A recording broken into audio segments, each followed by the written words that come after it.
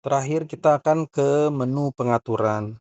Di menu pengaturan ini terdiri beberapa submenu, yaitu pengaturan pengguna, pengaturan kategori aktivitas, pengaturan daftar pemilih, daftar pemilih, daerah pemilihan, kemudian pengaturan daftar fraksi, kemudian daftar AKD. Nah, kita fokus kepada pengaturan pengguna dan pengaturan kategori aktivitas. Yang pertama, pengaturan pengguna dari sistem informasi ini. Nah, kita bisa menambahkan pengguna sistem informasi ini.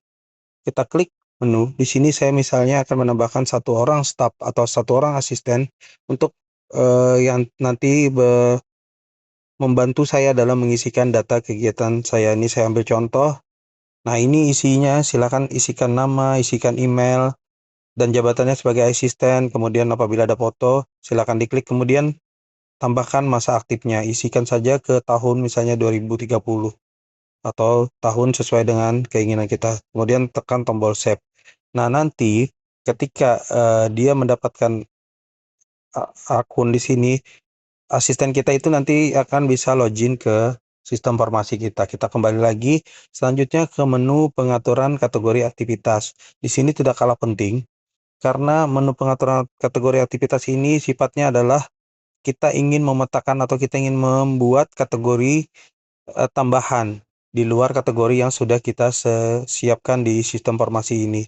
Yang pertama, kita ambil contoh, kita ingin misalnya kita ingin mencatat data kita dalam hal menghadapi atau mengikuti demonstrasi dari warga.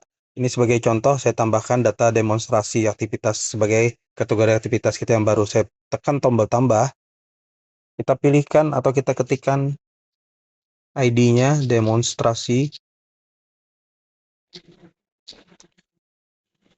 kategori demonstrasi. Saya pilih icon sembarang. Nah, di sini saya simpan usernya, saya minta di level admin. Nah, jadi hanya admin yang dapat menginputkan data kategori demonstrasi. Apabila kita pilih level asisten, hanya asisten yang dapat menginputkan data demonstrasi. Nah, kita pilihkan dulu sebagai data admin. Saya simpan. Nah, di sini kan sudah muncul demonstrasi. Nah, kemudian saya tambahkan juga agar asisten saya juga bisa menginputkan data demonstrasi.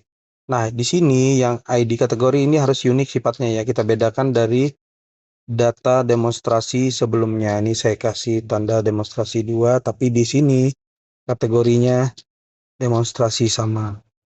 Kita boleh tambahkan icon yang lain. Kita simpan. Kita pilih levelnya karena sudah tadi level admin, kita tambahkan level asisten. Nah, saya simpan.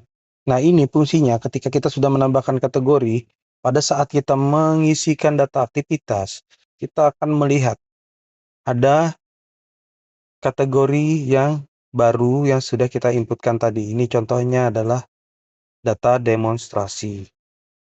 Nah, apabila ada kategori lain yang ingin kita tambahkan, silakan isikan data kategori ke dalam pengaturan tadi. Nah, selanjutnya ini data daerah pemilihan, silakan diisikan, atau itu sifatnya opsional, tidak perlu diisikan juga tidak apa-apa. Kemudian ini juga daftar AKD, silakan diisikan jika diperlukan. Baik, begitulah cara pengisian data menggunakan aplikasi SIDEWAN. Harapannya dengan sistem informasi ini kita akan mendokumentasikan atau mengarsipkan data kegiatan kita secara baik. Setelah itu, setelah data terkumpul dengan baik, kita akan mudah membuat laporan secara cepat dan akurat.